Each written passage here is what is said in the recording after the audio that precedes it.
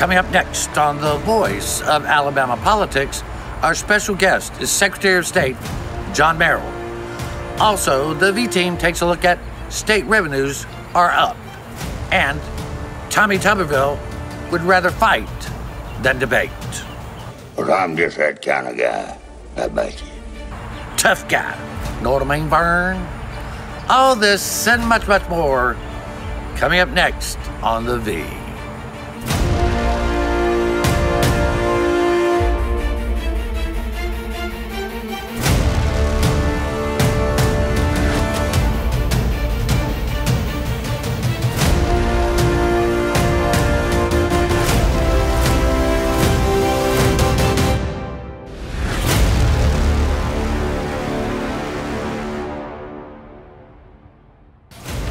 Welcome to The Voice of Alabama Politics, where we tackle the tough issues so you have the hard facts. I'm your host, Bill Britt, and today I'm joined by Susan Britt and Josh Moon. Welcome. Hi. Welcome. Happy to be here. We are too. I tell you, it's just a few days to the general election, a little less than 2 weeks, and I am ready. One of the things we wrote about this week over at the Alabama Political Reporter, and I was shocked to learn this, is that Alabama is the fourth least politically engaged state in the nation, according to a survey by Wallet Hub, which is a reputable firm. Because we're in politics all the time, you think that people are engaged, right, Josh? But as it turns out, when you look at the criteria that they looked at, Alabama is fourth from the last. I would have never thought that. I could understand that. Because I think that's kind of a byproduct of being a one-party state. Sometimes when there's no real decision to be made, I guess at poll, big decisions to be made at when you go into the voting booth there, I think some people kind of shirk it off. And I think we've had these discussions. And I'll tell you this. I don't think that we make some of the decisions that we make in this state in terms of electing people, in terms of letting things slide that we let slide, if we were more engaged in paying attention to the process. I mean, there's a lot of stuff that goes on here that if people knew that it was actually happening, there's no way the average person would go along with it. And Susan, you would think, one of the interesting metrics that they measured here was that actually Alabama was 45th in the change of percentage of people that actually voted from 2012 to 2016. I would have thought that, 2016, the enthusiasm for President Trump's candidacy would have driven that percentage up.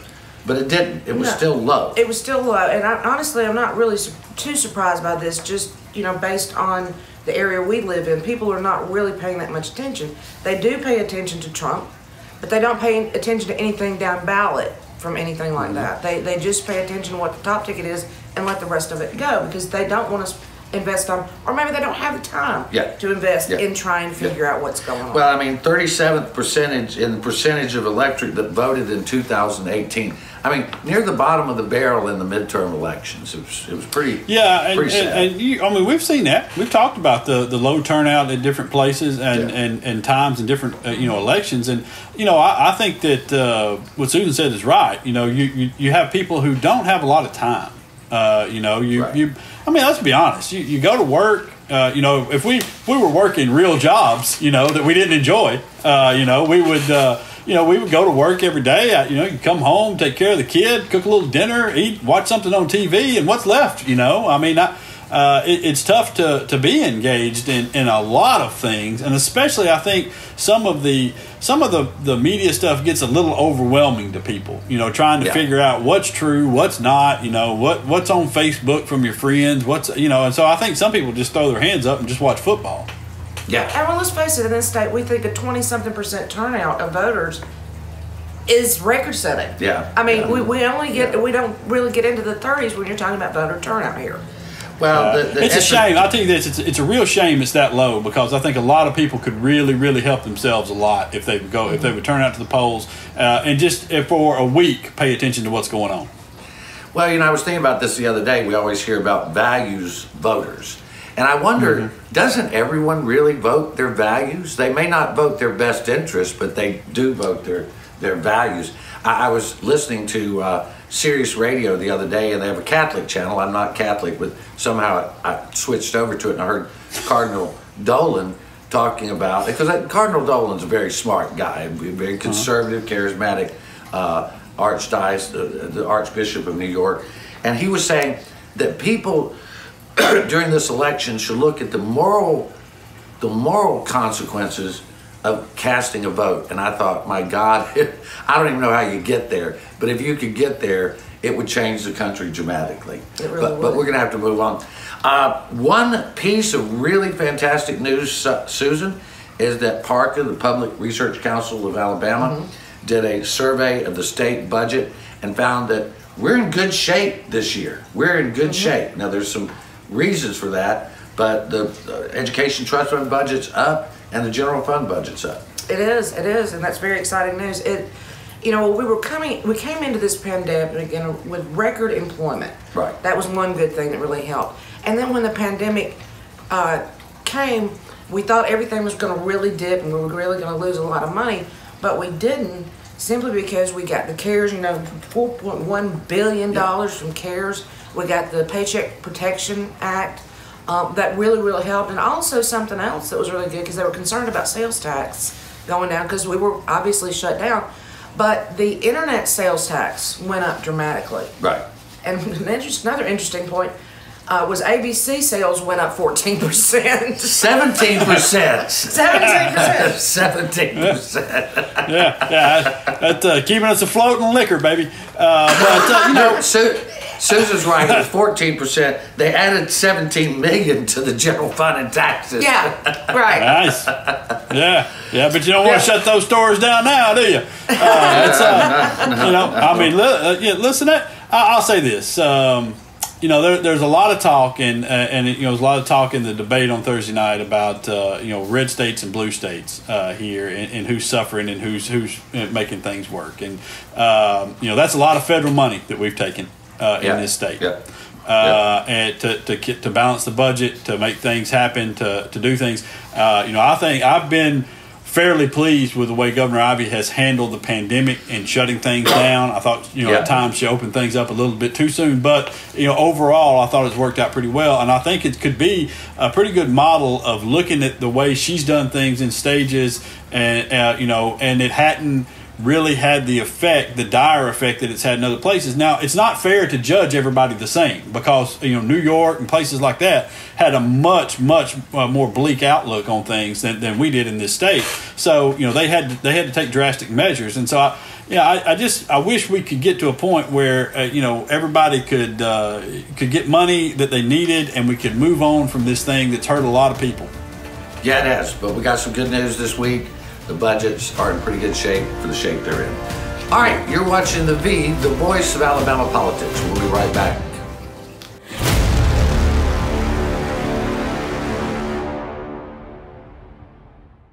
We took a chance on him. I knew he was a Democrat. But he promised to get things done. And he sure did.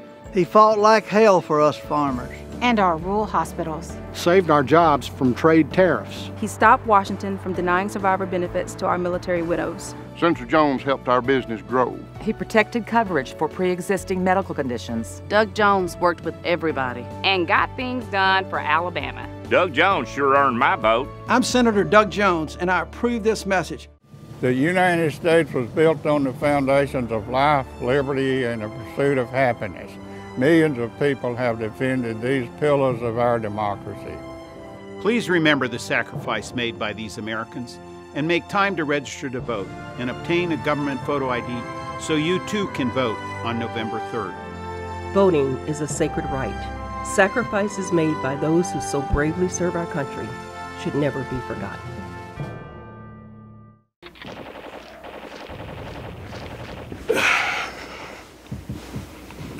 Hey man, what are you doing today? Play the game.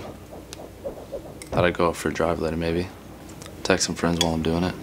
Scroll through social media. Kill a family 4 and a head-on collision. Cool, man. Drive safe, Alabama. A message from your Alabama Department of Transportation. I'm John Merrill. As your Secretary of State, I will ensure that all Alabamians have the opportunity to participate in safe, secure, and fair elections. Due to the ongoing pandemic, anyone that wants to be an absentee voter should select the box on the application which reads, "I have a physical illness or infirmity which prevents my attendance at the polls." After enclosing a copy of your valid photo ID and following the directions completely, your voice will be heard and your vote will be counted. Through absentee, we'll see you at the polls.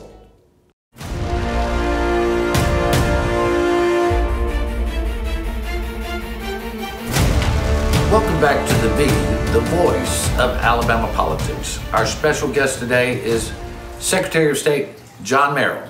Mr. Secretary, welcome. Hey guys, great to be with y'all. Thanks for welcoming me into your home today. Welcome very much. It is the first time you've been in our home. It seems like you should have been here before, but we're glad to have you today. Thank you so much. I know this is a busy time and there's a lot going on. One of the things that has changed because of COVID-19, you moved to make absentee voting easy for all Alabamians. Can you tell us how that works and what has been the end result of the changes that you made? Sure. Because of the coronavirus, we wanted to streamline the process so any registered voter would know that they were able to go to the polls and cast their ballot through the absentee process without any encumbrance whatsoever.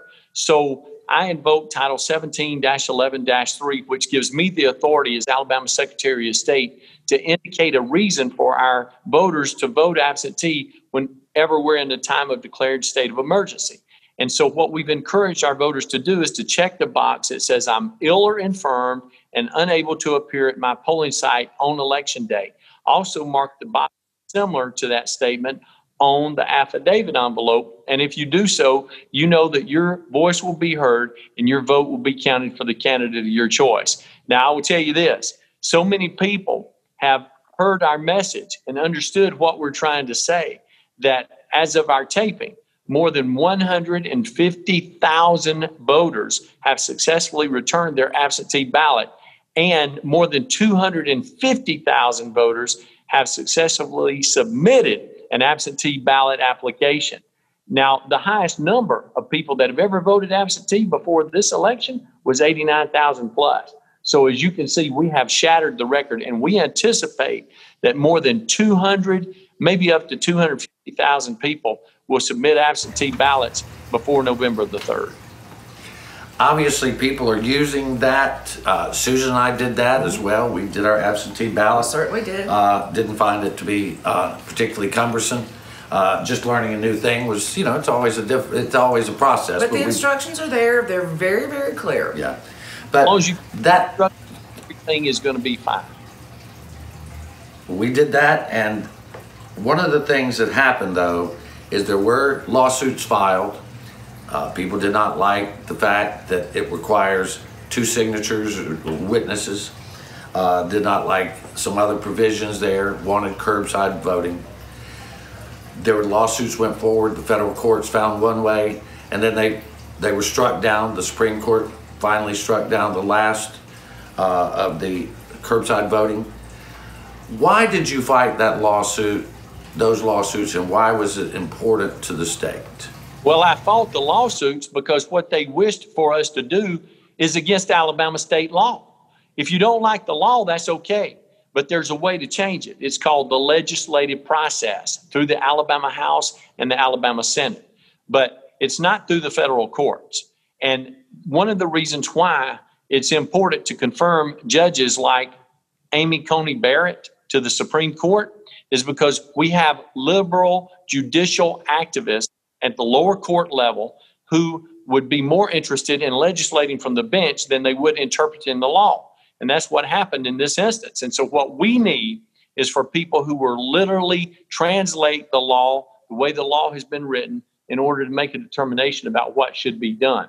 But I'm telling you now, we are so excited about having a successful administration of this election on November the 3rd. We're just anxious to continue to move forward toward that end. And those people that cry out for voter suppression, You know, I understand that people worry about that, but when you look at the numbers of people that have registered to vote since you've taken office, they're staggering, really. Well, they really are. And since January the 19th, 2015, which is, as of our taping, 5 years, 9 months, and 4 days ago, we have registered 1,734,767 new voters. We now have a state record. Wow. 1,706,736 registered voters in Alabama. Those numbers are unprecedented and unparalleled in the history of the state. And per capita, no state in the union has done what we've done in the same period of time, Bill. And look, Susan, you'd be pleased to know 96% of all eligible African Americans in Alabama are registered to vote. 91% of white Alabamians are registered, and 94% of all eligible Alabamians are registered to vote. But last, let me mention this. We have removed more than 1 million people from the voter rolls in that period of time because those people have moved away, they've passed away, or they've been put away and lost their right to vote. And that's why we have the cleanest and the best, most transparent and accountable voter rolls in the history of the state, and we'll match ours against anyone in the nation. Well, those are great numbers. They're going in the right direction as far as I can tell. And I have to say, because you sent me and Josh Moon down one day, and we went through the process of removing people from the rolls, and it's a very tight process that they go through, and at multiple checkpoints.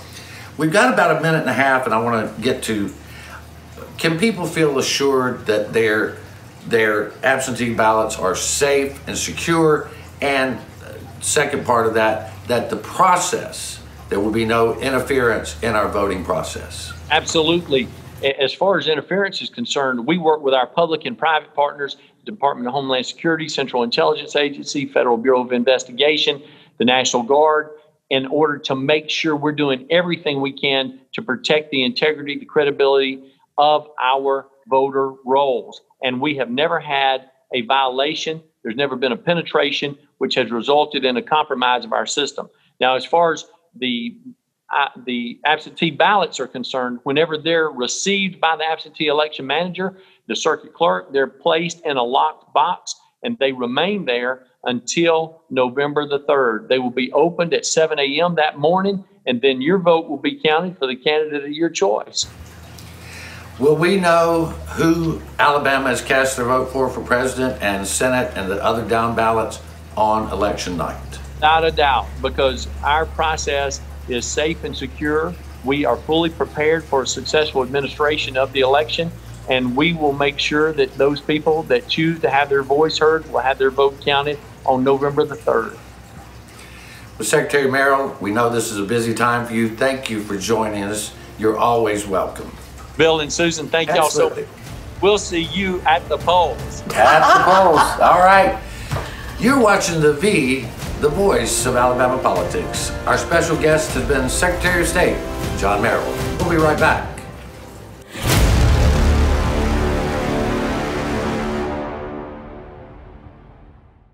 Your career isn't a job, it's a journey. Your next job could lead to bigger things, and you're in charge of how fast and how far you want to go. At alabamaworks.com, you can connect with employers and start working right now. Then chart your path forward with training and career planning tools. That next paycheck is great, but it's only the beginning. Start a great success story at alabamaworks.com. Don't believe Tommy Tuberville's attacks on my husband. I'm Louise Jones. Doug voted to block taxpayer funding of abortions and does not support abortion until birth. Doug supports women making choices about their health with dignity while working to lessen the number of women facing such difficult decisions. Tuberville supports Montgomery's total ban with no exceptions, even for child victims of rape and incest. That's too extreme.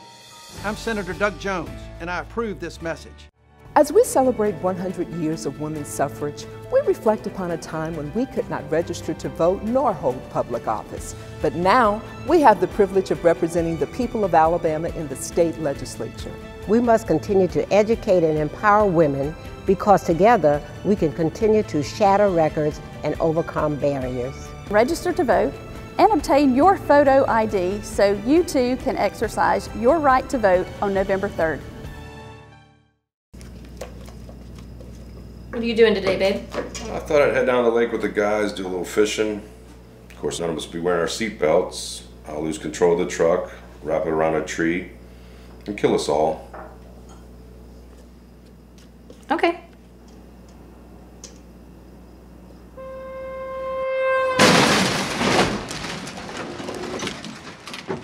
Drive safe, Alabama. A message from your Alabama Department of Transportation. I'm John Merrill. As we prepare for the general election during the pandemic, it is important for Alabamians to step up and become poll workers. Poll workers are paid officials who protect the rights of registered voters at the polls. Contact your probate judge to learn more or apply online at alabamavotes.gov. If you're 16 or older and enrolled in high school or college, you can apply to become a student poll worker by contacting your probate judge or our office. We'll see you at the polls.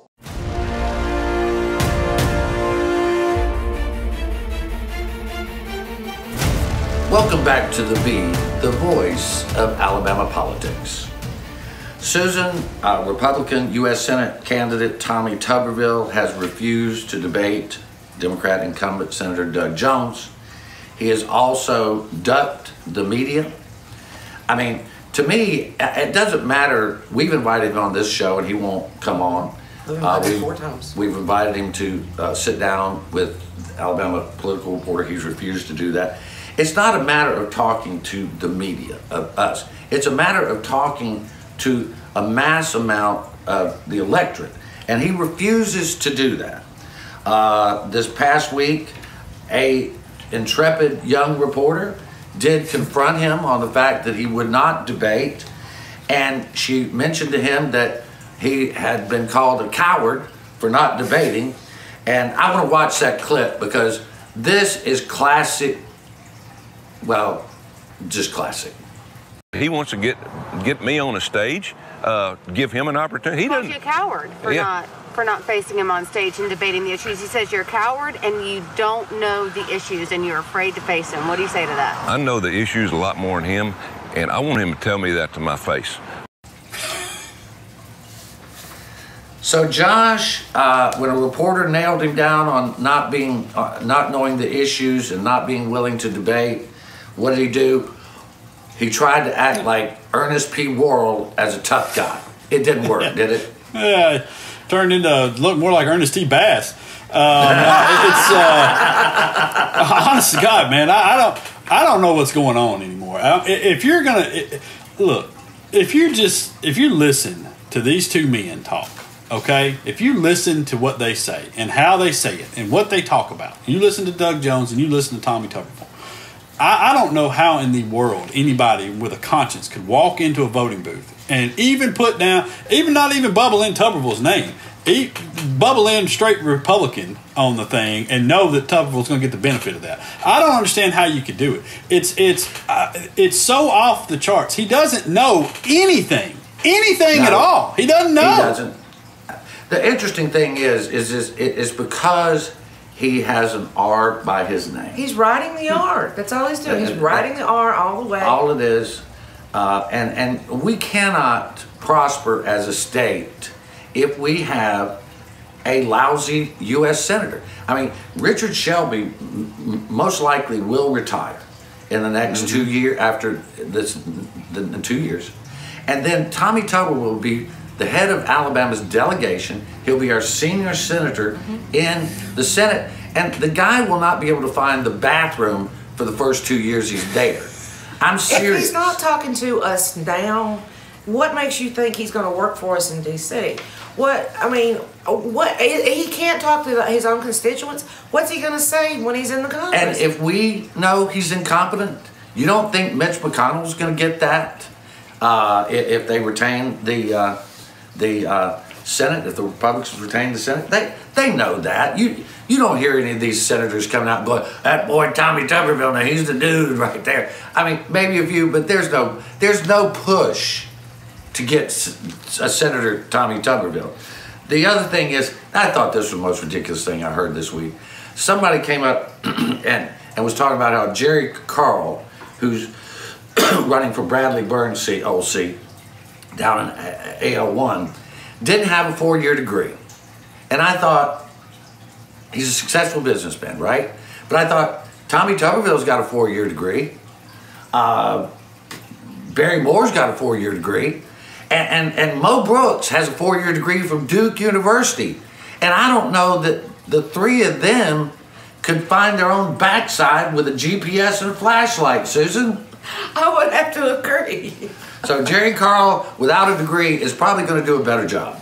You said we can't send a moron. Yes, we can, because we've done it before, okay? 20 times. I mean, I know. We have to move on. It's so discouraging. You know, it's so discouraging to watch a guy take it seriously and to fight for people and to try to do the right thing, and then to watch this moron skate in, and you know, it's just so discouraging.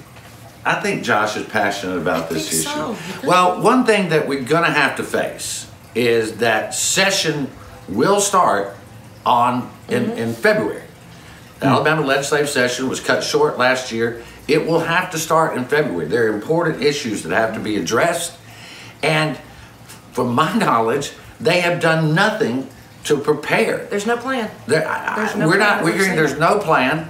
There's no plexiglass. I mean, how are you going to put all those people into the State House to do the people's business? Now, the last time they locked the public out. You can't do that. That is actually against the law. It's illegal. They cannot keep the press out. They cannot keep the public out. And they have not done things to make it safe. Get it together, guys. You need to plan now. It's going to take a little bit of time, you know. I mean, maybe they need to hold it over the Acadome. I mean, or you know, somewhere big. Seriously, you can't just crowd people in that space. It's the least surprising thing in the world to me that we don't have a plan. I mean, it really is. If you told me there was a plan, my head would have exploded. I mean, it's just, honest to God, it's just, I mean, the least surprising. Look who's in charge. Look who's in charge. They've never had a plan for anything. And when they they first went out last session, they said, "Oh, we're just taking spring break early." Everybody knew exactly why they were getting the heck out of Dodge. They're still on spring break. The lieutenant governor has COVID-19. Several senators have COVID-19. Several representatives have had COVID-19. It's real, people. We're going to need to protect yourselves and the public when you come back in February. We're going to have to leave it right there. You've been watching The V, the voice of Alabama politics. You watch us because we watch them.